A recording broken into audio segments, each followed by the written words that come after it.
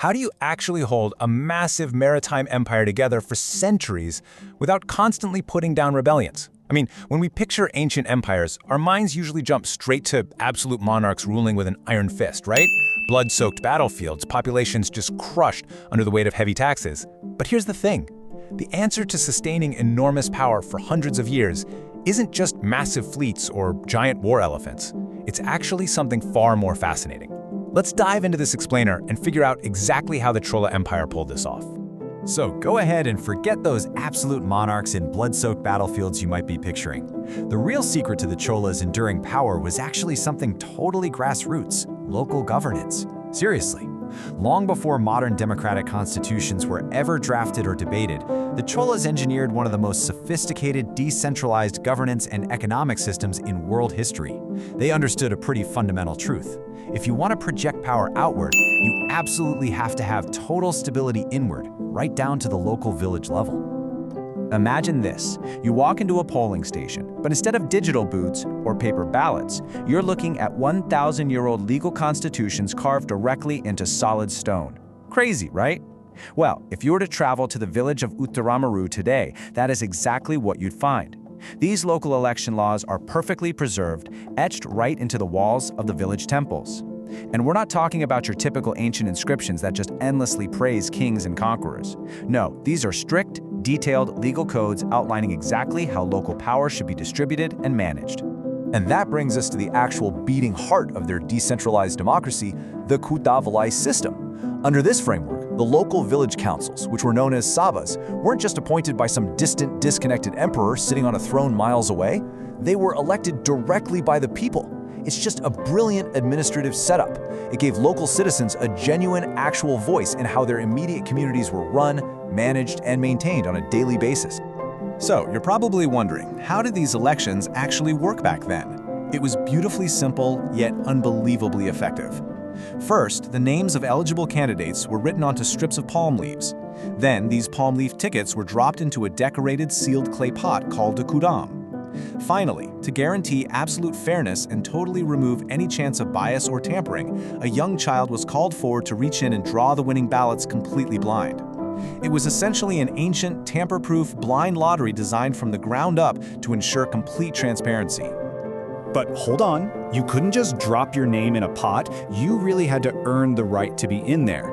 Candidates had to prove they owned land, they had to demonstrate total financial integrity, and maintain a spotless moral record. And if you broke that public trust, the penalty was absolutely devastating. If a representative failed in their administrative duties or, worse, committed corruption, it meant permanent political disqualification, and not just for that individual, but for their entire immediate family.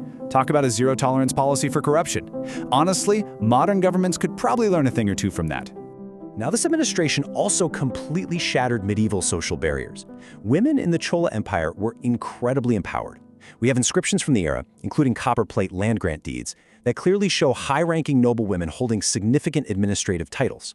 They independently owned land, they donated vast sums of their own wealth to fund public works, and they managed their personal property without needing any kind of male overseer. Just think about how incredibly rare that level of autonomy and financial independence was anywhere else in the ancient and medieval world. It's a real game changer. On top of all that, the imperial state managed its resources with jaw-dropping precision. I mean, the Cholas carried out these massive, hyper-accurate land surveys to map out their entire empire. And we aren't just talking about rough estimations of borders here. We are talking about auditors mapping the land down to the absolute smallest fraction of an acre, literally. And this wasn't just for show. This incredibly granular level of data collection was the absolute foundation for a perfectly balanced and, more importantly, extremely fair economic system. Because they had all this precise data, taxation wasn't just some arbitrary number pulled out of thin air. It was scientifically calculated based on tangible metrics, things like land fertility, crop yield, and water usage. But the true genius here? Their crisis management. If an audit showed a region was underperforming or, say, facing a famine, taxes were automatically waived, no questions asked. And state granaries were immediately opened up to feed the people. The state actually functioned as an economic safety net rather than just acting as a ruthless tax collector. Okay, so that's local, but what about the global stage? Well, to move wealth across the oceans, the state relied on powerful, independent merchant guilds. Two of the absolute biggest players were the Ayyavole 500 and the Manigramam.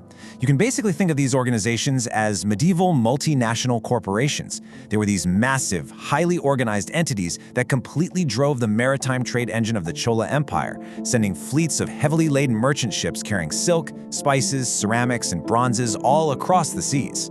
Protected by the Chola crown, these mega-guilds had incredible autonomy. I mean, they were practically functioning as states within a state.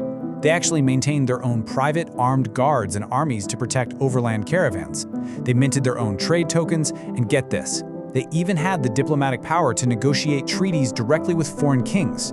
From establishing trade outposts in Sumatra all the way over to Canton in China, these guilds operated on a massive international scale, all while continually filling the imperial treasury back home with immense trade revenue. So, for over 2 centuries, this well-oiled socio-economic machine funded magnificent temples, bustling cities, and unmatched naval fleets. But, it really begs the ultimate question. How does a society built so heavily on trade, intricate taxation, and grassroots local administration possibly withstand a relentless bloody war of attrition? Because right across their northern borders, dark storm clouds were gathering. An old enemy was rising, and it was about to lead to generations of unrelenting, brutal conflict. And that brings us to the devastating Chalukya War. The meticulously organized world of blind lotteries and merchant guilds was about to just completely collide with generations of pure carnage.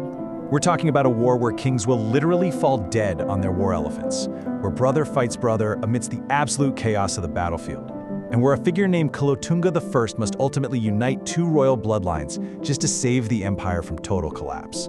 It really forces us to wonder, can even the most perfect democratic and economic system survive when the world around it descends into total, unrelenting warfare? Well, that massive clash between administrative brilliance and raw survival is exactly what we're going to uncover in the next explainer. See you then.